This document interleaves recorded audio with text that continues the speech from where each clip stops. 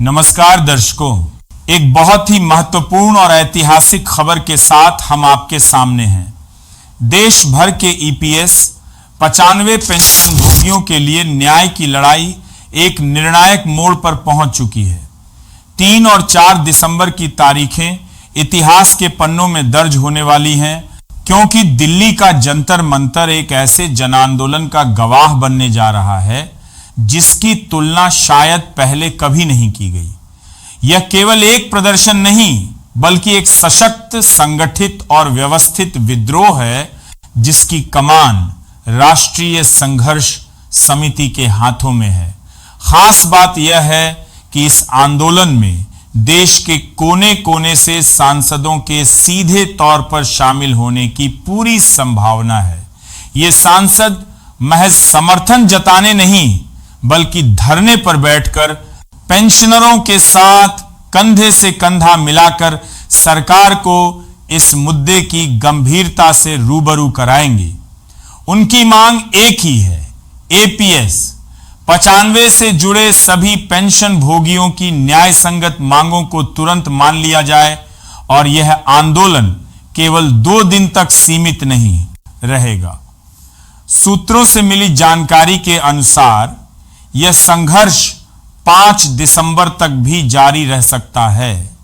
यह एक लंबी लड़ाई की शुरुआत है जिसमें संसद के प्रतिनिधि सीधे भूमिका निभा रहे हैं। अब हम आपको ले चलते हैं गुजरात, जहां से इस संघर्ष को एक नई ऊर्जा और दिशा मिली है। गुजरात से प्राप्त हुई है एक बहुत ही सकारात्मक और ठोस खबर। श्री आर.एस. पटेल और श्री बी.के. चौहान के नेतृत्व में एक शक्तिशाली प्रतिनिधिमंडल ने पेंशन भोगियों की सभी मांगों को समेटते हुए एक मांग पत्र तैयार किया है। इस मांग पत्र को बहुत ही सुनियोजित और रणनीतिक तरीके से सीधे देश के प्रधानमंत्री और केंद्रीय श्रम मंत्री डॉक्टर मनसुख मांडविया को सौंपा गया है। यह कार्य इतनी सफलता के साथ कैसे पूरा हुआ? दरअसल गुजरात के पेंशनरों, विभिन्न संगठनों के नेताओं और सदस्यों ने एकजुटता की मिसाल पेश की। उन्होंने सामूहिक रसवार में डांसारे पूरे साल एकजुटता की मिसाल पेश की।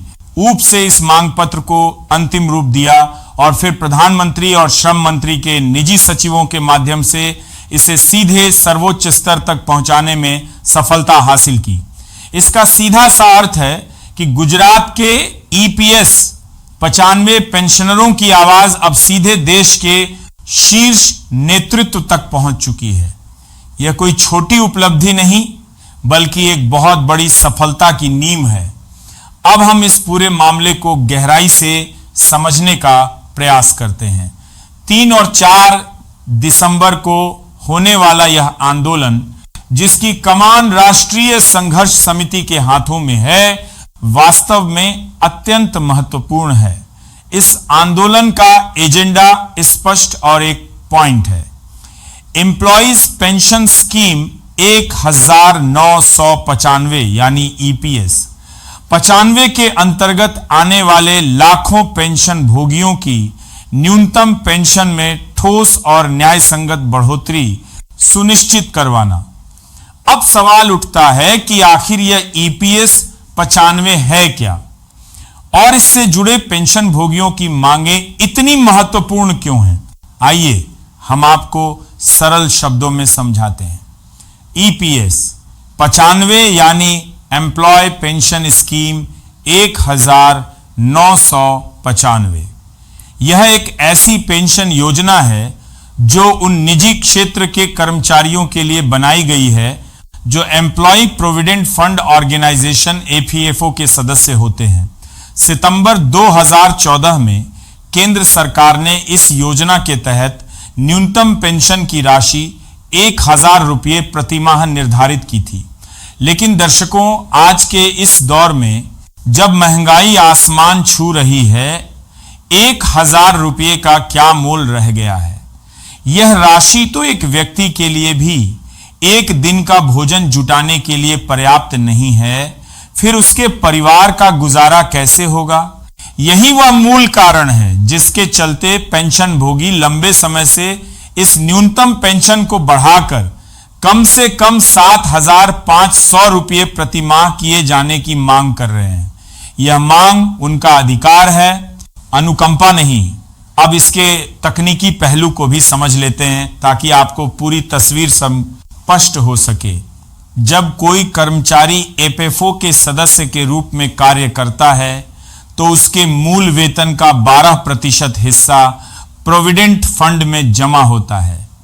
इसी के साथ उसके नियोक्ता यानी एम्प्लॉयर का भी 12% योगदान उसके फंड में जाता है। लेकिन यहां एक महत्वपूर्ण बात यह है कि नियोक्ता के योगदान के 12% में से 8.33% हिस्सा सीधे ईपीएस यानी एम्प्लॉय पेंशन स्कीम में चला जाता है, जबकि शेष 3.67% हिस्सा कर्मचारी के ईपीएफ खाते में जमा होता है। इसका सीधा सा मतलब यह है कि एक पेंशनर की भविष्य की पेंशन उसके अपने और उसके नियोक्ता द्वारा किए गए संयुक्त योगदान पर ही निर्भर करती है। ऐसे में जब पेंशन की राशि मात्र 1,000 रुपये है तो यह पेंशन भोगियों के साथ एक खुला अन्याय है। राष्ट्रीय संघर्ष समिति का यह आंदोलन इसी अन्याय के विरुद्ध एक शांतिपूर्ण, संवैधानिक और जबरदस्त जनाक्रोश है। इस आंदोलन की सबसे बड़ी शक्ति है इसका पूर्ण रूप से शांतिपूर्ण और अहिंसक होना। शायद यही कारण है कि इसे देश के तमाम सांसदों का भी व्यापक समर्थन मिल रहा है। यदि आपने पिछले आंदोलनों पर नजर डाली होगी तो आप जानते होंगे कि जब भी राष्ट्रीय संघर्ष समिति ने जंतर मंतर पर अपनी आवाज बुलंद की है, संसद के अनेक जनप्रतिनिधि वहां मौजूद रहे हैं। उन्होंने न केवल पेंशनरों का मनोबल बढ़ाया है बल्कि संसद के भीतर भी उनकी मांगों को जोर शोर से उठाया है। इस बार भी ऐसा ही होने की पूरी आशा है। इसके अलावा दिसंबर माह में ही संसद का शीतकालीन सत्र भी आरंभ होने वाला है। ऐसे में इस आंदोलन का समय बहुत ही सटीक और रणनीतिक है। उम्मीद जताई जा रही है कि इस सत्र के दौरान अनेक सांसद ईपीएस 95 पेंशनरों के मुद्दे को प्रमुखता से उठाएंगे और सरकार के समक्ष इसे एक जरूरी मसले के तौर पर पेश करेंगे। अब बात करते हैं इस संपूर्ण आंदोलन की रीढ़ कमांडर अशोक रावत की। कमांडर अशोक रावत सिर्फ एक नेता ही नहीं बल्कि पूरे देश के ईपीएस 95 पेंशन भोगियों के लिए एक विश्वास, एक आशा और एक मार्गदर्शक की तरह हैं। उनकी निष्ठा, लगन और अथक परिश्रम की कोई सीमा नहीं है। हाल के दिनों में उनका लगातार राज्यों का दौरा चल रहा है। वह सीधे तौर पर पेंशन भोगियों से मिल रहे हैं, उनकी समस्याओं को नजदीक से सुन रहे हैं और उन्हें इस ऐतिहासिक आंदोलन के लिए एकजुट कर रहे हैं। कुछ समय पहले ही वह महाराष्ट्र के दौरे पर थे। महाराष्ट्र के संभाजी नगर में उन्होंने पेंशनरों की एक विशाल सभा को संबोधित किया और आने वाले संघर्ष के लिए उनमें नई ऊर्जा का संचार किया। उनके इस प्रयास का सीधा परिणाम यह रहा कि महाराष्ट्र से भारी संख्या में पेंशनर इस आंदोलन से जुड़ने के लिए प्रेरित हुए हैं। लेकिन कमांडर अशोक रावत का कार्य केवल पेंशनरों से मिलने तक सीमित नहीं है। वह एक कुशल रणनीतिकार की भांति काम कर रहे हैं। वह विभिन्न राज्यों के मंत्रियों और सांसदों से भी सीधे संवाद स्थापित कर रहे हैं। उन्हें इस मुद्दे की गंभीरता और पेंशनरों की वेदना से अवगत करा रहे हैं और आंदोलन में उनके पूर्ण समर्थन की अपील कर रहे हैं। उनका यह प्रयास है कि सरकार पर एक ऐसा जन-दबाव बने जिसे नजरअंदाज कर पाना असंभव हो जाए और सरकार जल्द से जल्द एपीएस 95 पेंशन में वृद्धि को मंजूरी दे दे। एक बहुत ही महत्वपूर्ण सवाल जो हर पेंशन भोगी के मन में है वह यह है कि क्या एपीएफओ के तहत जल्द ही 7,500 रुपये की न्यूनतम पेंशन की गारंटी मिल पाएगी? इस सवाल का जवाब अभी तक नहीं मिल पाया है। लेकिन हाल के कुछ घटनाक्रमों ने पेंशनरों के मन में उम्मीद की एक नई किरण जरूर जगाई है। केंद्रीय श्रम मंत्री डॉक्टर मनसुख मांडविया ने हाल ही में राष्ट्रीय संघर्ष समिति के एक प्रतिनिधिमंडल से बातचीत की थी। इस वार्ता के दौरान उन्होंने एपीएस 95 के तहत न्यूनतम पेंशन सहित सभी मांगों पर समय रहते उचित कार्यवाही का आश्वासन दिया था। यह आश्वासन पेंशनरों के लिए एक बहुत बड़ी राहत की बात थी, परंतु एक मुख्य समस्या यह है कि यह आश्वासन लिखित रूप में नहीं दिया गया था। पेंशन भोगी एक लिखित आश्वासन चाहते हैं जिसमें स्पष्ट रूप से यह उल्लेख हो कि पेंशन कब बढ़ेगी और कितनी बढ़ेगी। अभी तक यह स्पष्टता प्राप्त नहीं हुई है।